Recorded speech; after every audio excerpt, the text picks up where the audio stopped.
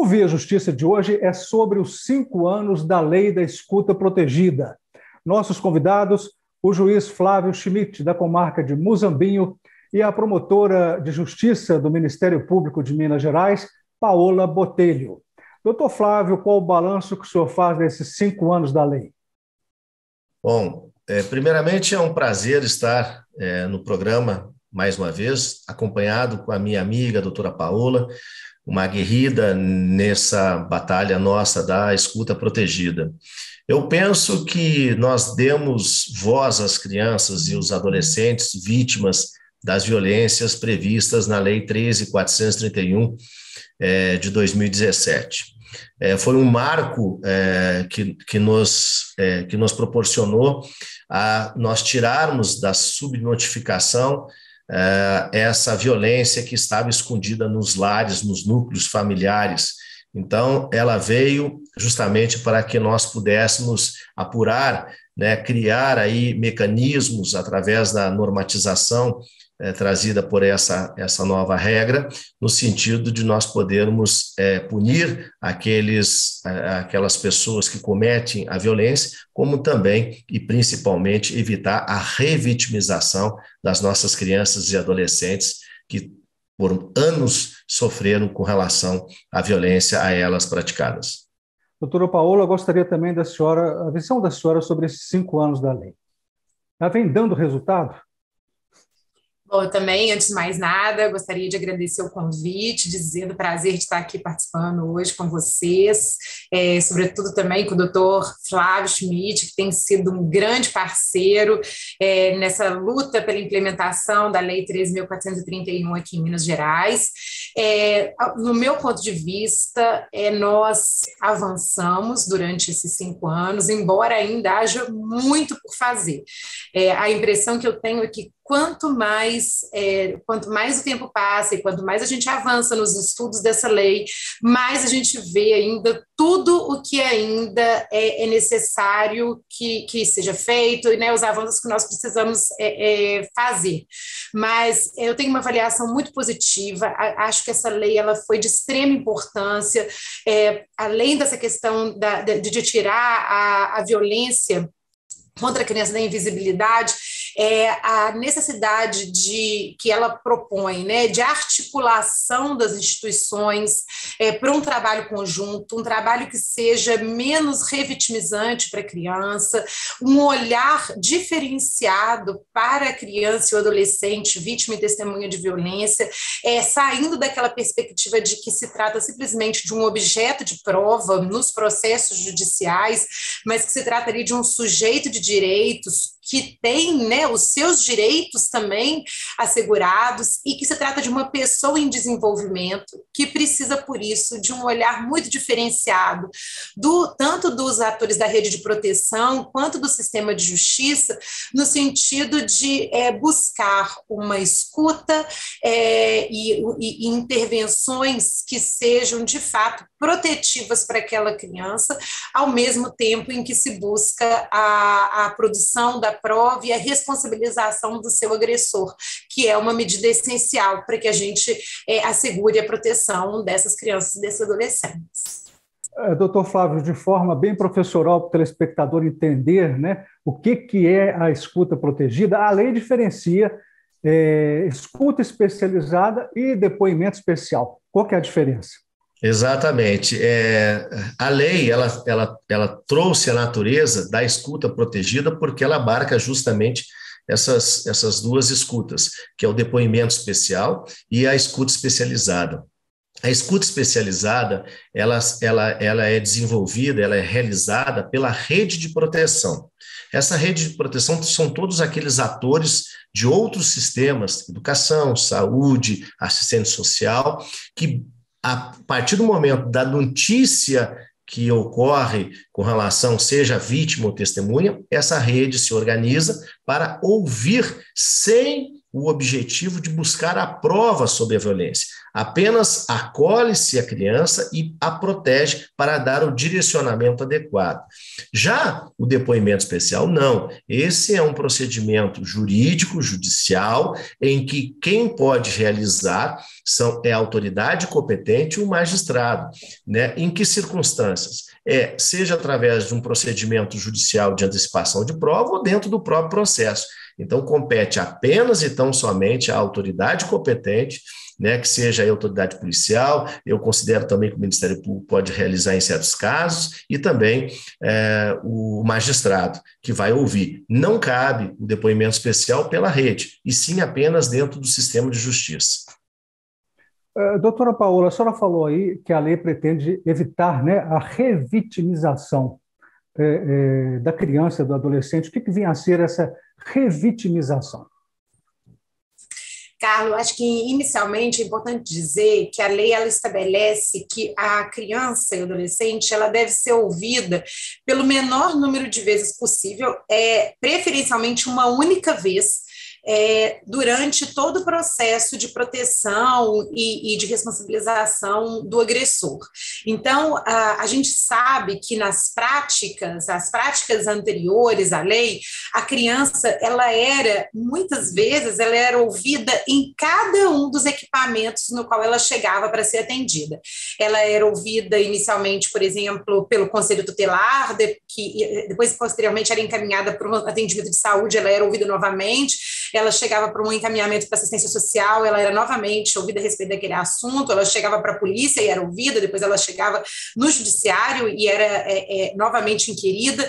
Então, esse processo de inúmeras oitivas da criança e do adolescente, ele se comprovou revitimizante, né, para aquela criança, por um lado, pelo número de vezes em que aquele assunto era novamente trazido, e por outro lado, por muitas vezes aquela escuta ser feita por pessoas que não estavam capacitadas para colher devidamente, para fazer, né, devidamente a escuta daquela criança de uma forma protetiva, de uma forma não discriminatória em relação àquela vítima, de uma forma também a não ser sugestionável, né, não sugestionar a vítima em relação a questões que possam ou não ter acontecido, causando também na vítima ou na testemunha falsas memórias.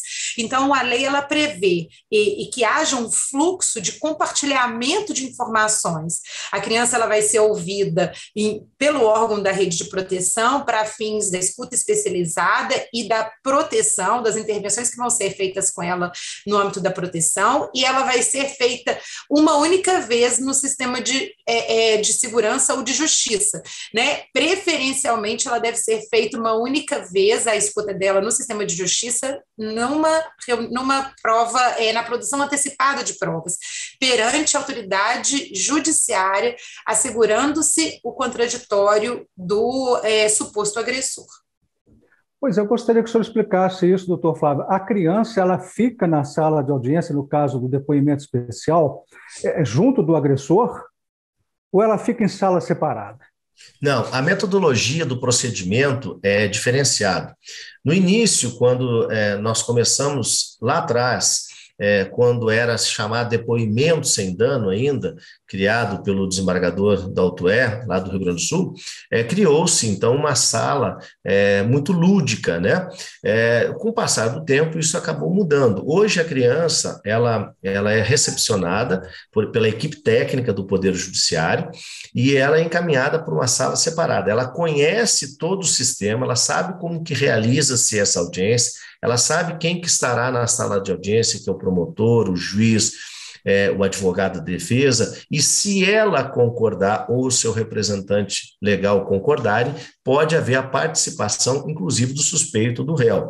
Mas se ela disser que não, ele não acompanhará. E ela fica numa outra sala separada, geralmente ao lado da sala de audiência, que é aquele ato formal, e ali uma entrevistadora capacitada pela Escola Judicial desembargador Décio Fernandes faz a entrevista dessa criança ou desse adolescente, seja vítima ou testemunha, seguindo aí a resolução do Conselho Nacional de Justiça 299, que determinou a aplicação do protocolo chamado Protocolo Brasileiro de Entrevista Forense, uma iniciativa do Conselho Nacional, juntamente com uma entidade chamada Childhood, que trouxe técnicos de fora do país para treinar os brasileiros para dar cabo a essa escuta protegida. Então, ela é preservada, ela não tem contato nem com o magistrado e nem com o Ministério Público, nem com a defesa, nem com o acusado, né? Ela fica separada e ela é ouvida dessa forma protegida. Se ela quiser acompanhar de uma forma diferenciada, ela tem todo o direito, porque, como disse a doutora Paola, as crianças e adolescentes, desde o ECA, já são sujeitos de direito. E agora veio reforçar essa nova normativa no sentido que nós temos que assegurar a elas todos os direitos como se fosse uma pessoa adulta. E aí ela decide como que ela quer conduzir esse procedimento, que é um rito processual. Doutora Paola, eu li na minha pesquisa que nem tudo pode ser perguntado, né? Que a equipe, né, que vai ouvir essa criança tem perguntas que não podem ser feitas. Gostaria que o senhor falasse um pouquinho sobre isso. De fato, existem hoje mais de protocolos, de fato, científicos de técnicas de entrevista com crianças e adolescentes. Então, o Dr. Flávio trouxe, né, o Protocolo Brasileiro de Entrevista Forense, que é esse protocolo que foi aprovado pelo Conselho Nacional de Justiça, mas existem outros protocolos também aprovados internacionalmente que prevêem a forma como a entrevista com a criança deve ser feita, sempre, Carlos, prezando por perguntas que sejam mais abertas, fazendo com que a criança ela possa relatar mais do que ser inquirida. E após o relato mais livre por parte da criança ou do adolescente a respeito daquela situação de violência, né, que está gerando aquele processo de escuta, algumas perguntas poderão ser feitas pelo entrevistador, respeitando-se a condição de entendimento e a condição ali também emocional da criança naquele momento e do adolescente, né, criança e adolescente, para suas respostas, não podendo ser perguntas que gerem discriminação, que gerem culpabilização naquela vítima, isso é muito importante, né? E aí vai ali do entrevistador a possibilidade de avaliar no momento da entrevista e do depoimento o que pode ser perguntado para aquela criança sem que aquilo gere nela uma nova revitimização, como a gente disse, né? Como que sem aquilo gere nela uma violação de direitos mais do que uma proteção. Nós vamos fazer agora um rápido intervalo e o Via Justiça volta em instantes.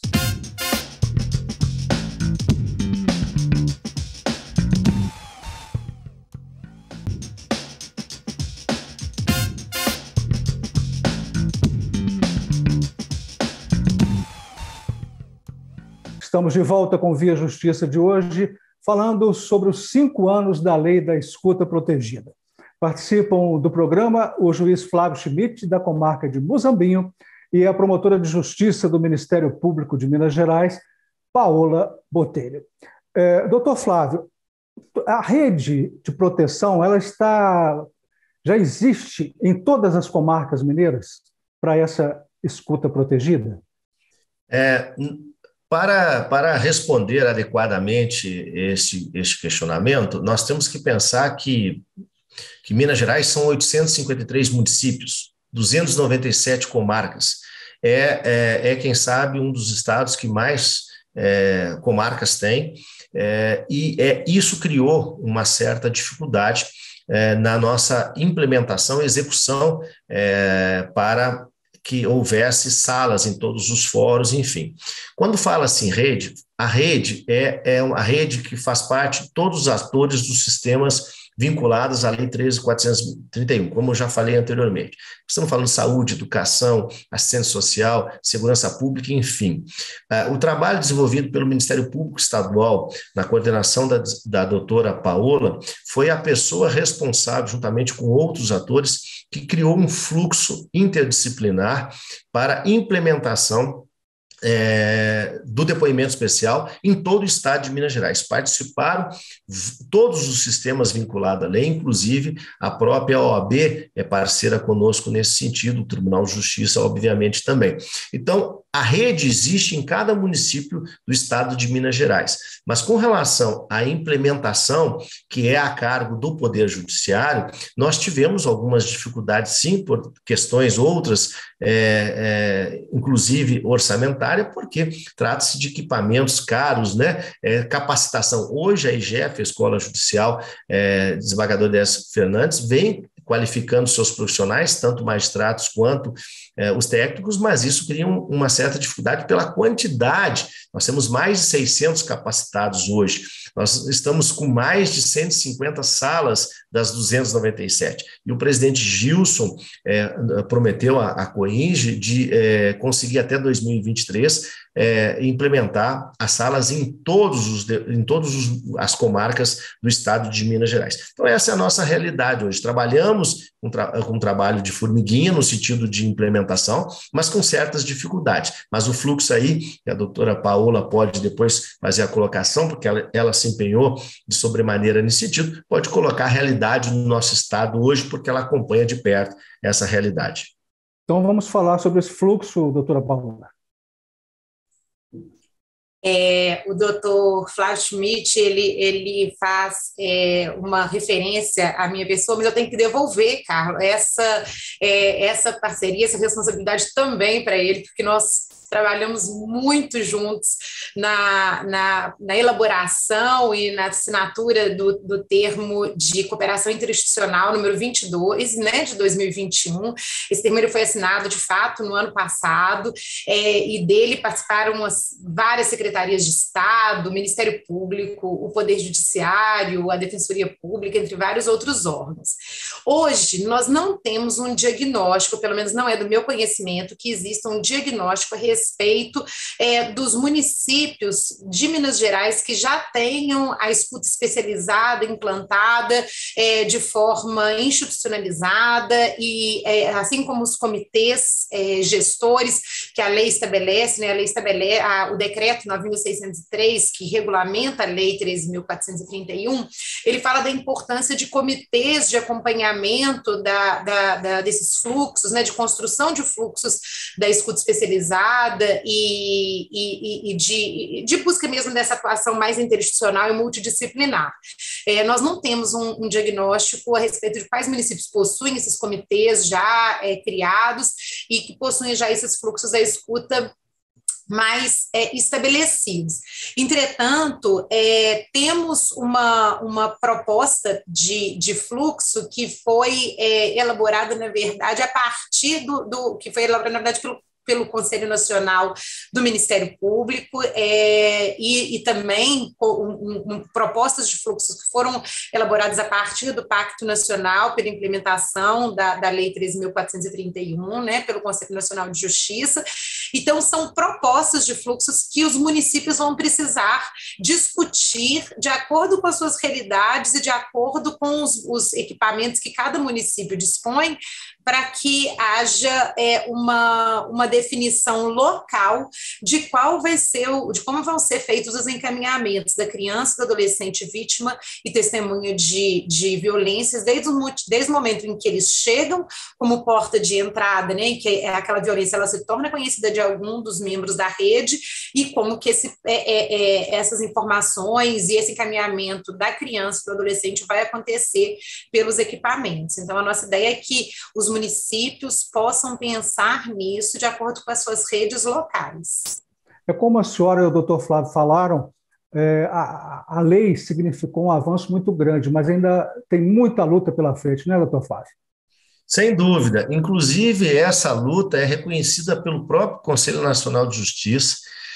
que no ano passado emitiu uma recomendação no sentido de adequação de cada Estado membro para a implementação do depoimento especial, porque quando a lei veio, ela veio com prazos. Quando veio a resolução 299 do Conselho Nacional de Justiça, também vieram com prazos, né, para a implantação. Os tribunais tiveram uma imensa dificuldade. E se nós pensarmos só por Minas Gerais, é uma coisa. Se nós pensarmos só por São Paulo, por exemplo, é outra realidade. Mas quando a gente avança um pouco mais para o norte, para o nordeste, a gente vê uma disparidade. Dentro do estado de Minas Gerais, a gente tem um problema grave, por exemplo, no norte de Minas Gerais, onde que nós estamos falando do Vale de Jequitinhonha, onde que as comarcas têm distâncias aí de 100, 200 quilômetros de estrada de chão, né? Então, assim, tudo isso gera dificuldade. Então, o próprio Conselho Nacional de Justiça, através da recomendação número 88, ela deixou muito bem claro que cada estado deve se adequar à sua realidade, como disse a doutora Paola, à sua realidade diante daquilo que enfrenta, porque somente desta forma é que a gente consegue aplicar a verdadeira justiça para essa finalidade e proteger as crianças. Não existe uma mágica, porque hoje a gente depende de muitas coisas, né? Começamos aí pela dotação orçamentária, que é um gargalo muito difícil de conduzir, são equipamentos caros, a capacitação continuada também é algo muito difícil. E nós temos que pensar, e o Fluxo trouxe isso para a gente, nós temos que pensar como que a gente vai integrar toda essa rede para justamente proteger as nossas crianças, os nossos adolescentes, para serem ouvidos apenas uma vez e sem que haja a revitimização. Mas o importante, digo e repito, é que o Conselho Nacional de Justiça reconheceu essa dificuldade. Isso, então, cria para a gente uma certa satisfação no sentido de que nós estamos no caminho certo. E o nosso trabalho, pode-se dizer, Minas Gerais é um dos estados pioneiros na condução do depoimento especial. Sobre a violência contra criança e adolescente, a imprensa divulgando agora, praticamente, recentemente, dados do Sistema Nacional de Informações para a Infância e Adolescência, CIPIA. Mas esses dados só se referem a 178 municípios mineiros, sendo que o Estado, como disse o doutor Flávio, tem 853. Então, essa violência certamente será muito maior. Disse o seguinte, que por mês, 147 crianças e adolescentes são vítimas de violência em Minas Gerais. É a estatística do período de 2020 até junho, até agora, esse mês de junho de 2022. Como que a senhora vê isso, doutora Paola Botelho? É uma subnotificação, porque o Conselho Tutelar é que envia essas informações para o CIPIA, né, para o sistema. E não são todos os conselhos que participam deste sistema. Como é que a senhora vê isso? Exatamente, Carlos. Nós temos um problema em relação à alimentação, né, e o funcionamento do CIPIA. Ele não está implantado em todos os municípios mineiros, não está implantado nacionalmente em vários municípios.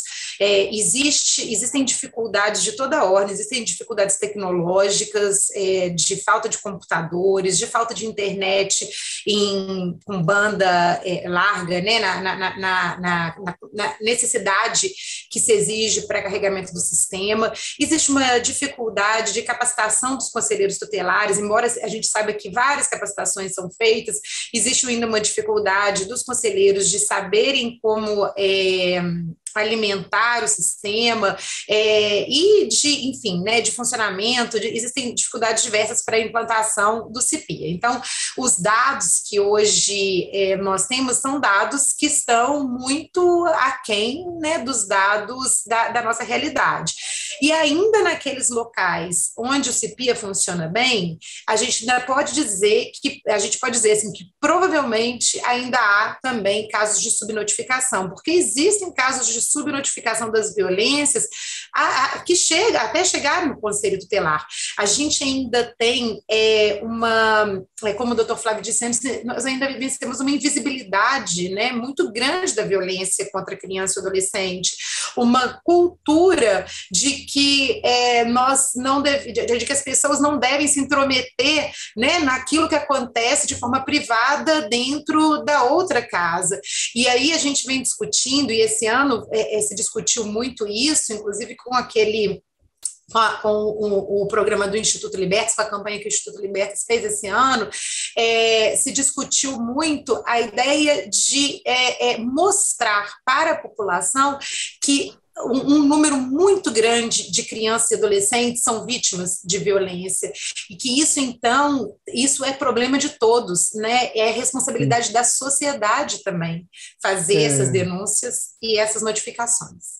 Estamos chegando ao final do programa, vamos partir para as considerações finais.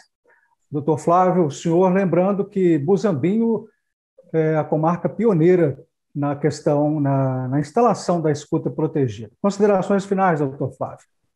Nós se sentimos muito orgulhosos, a comarca como um todo, porque desde 2009 eu fui o primeiro magistrado mineiro a implantar o então chamado depoimento sem dano, justamente a partir de uma ação penal de um núcleo familiar em que as 4 crianças desse núcleo eram vítimas dos próprios pais da violência sexual. Então, ali eu dei um basta, como foi o meu conterrâneo desembargador Doutor, e a partir dali nós começamos a cavalgar, né, como diz o gaúcho, na proteção das crianças. E aí a gente fica muito feliz com essa participação, no sentido de chegar à efetivação dessa lei nova. E espero que essa voz, a partir de um programa de justiça, possa levar isso ao conhecimento das pessoas, que as crianças e adolescentes elas têm voz. A partir de então, elas têm voz, elas devem vir para evitar que haja a subnotificação e a gente consiga apurar os casos envolvendo a violência, não só sexual, mas todo tipo de violência contra criança e adolescente, seja ela vítima ou testemunha. A senhora agora, doutora Paola. Bom, eu quero agradecer o convite para poder ter participado. É um assunto muito caro para nós, um assunto pelo qual a gente vem trabalhando muito, e é importante, de fato, que haja uma mudança de paradigma para que a gente possa trazer essa lei à sua concretização. É uma mudança de investimentos orçamentários, uma mudança na forma de atuação de cada profissional que trabalha na rede, se qualificando e buscando uma atuação que seja mais interdisciplinar, mais articulada e mais protetiva para as nossas crianças e adolescentes. Muito obrigado à senhora, muito obrigado ao senhor pelas participações. O Via Justiça de hoje termina aqui. Nós conversamos com o juiz Flávio Schmidt, de Muzambinho, e com a promotora de justiça Paola Botelho. Anote aí o nosso endereço para contato, viajustiça@amages.com.br. E não se esqueça de nos acompanhar também pelas redes sociais da Amages. Obrigado pela audiência.